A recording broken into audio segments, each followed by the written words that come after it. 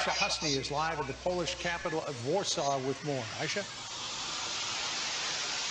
Hey, John, good afternoon to you. That's right. Everyone here in Poland is talking about this, including restaurant owners who tell me just coming out of the pandemic, they're increasingly worried about rising food prices for them as well.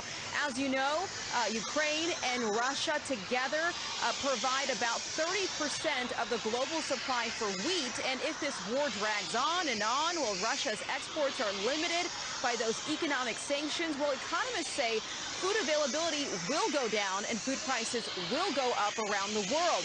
In fact, the Food and Agriculture Organization of the United Nations is predicting undernourished people would increase by 8 to 13 million in the next year, with the biggest impact on countries in Asia Pacific, Africa, and the Near East. And one of the best ways to prevent this, they say, is to open trade again.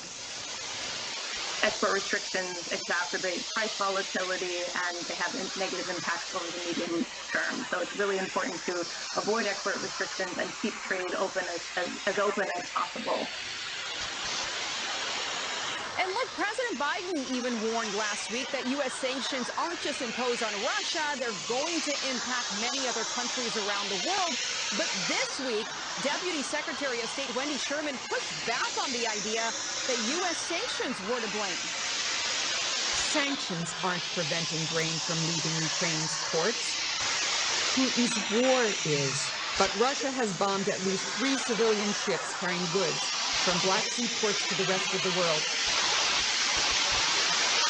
And, John, President Biden has promised that the U.S. will pitch in to try to fill in this gap, but economists are telling me that that would have to be a significant amount of wheat production to try to fill the shoes of Russia and Ukraine.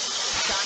Yeah, the only port that the Ukrainians still have is Odessa, and the Russian Navy is after it.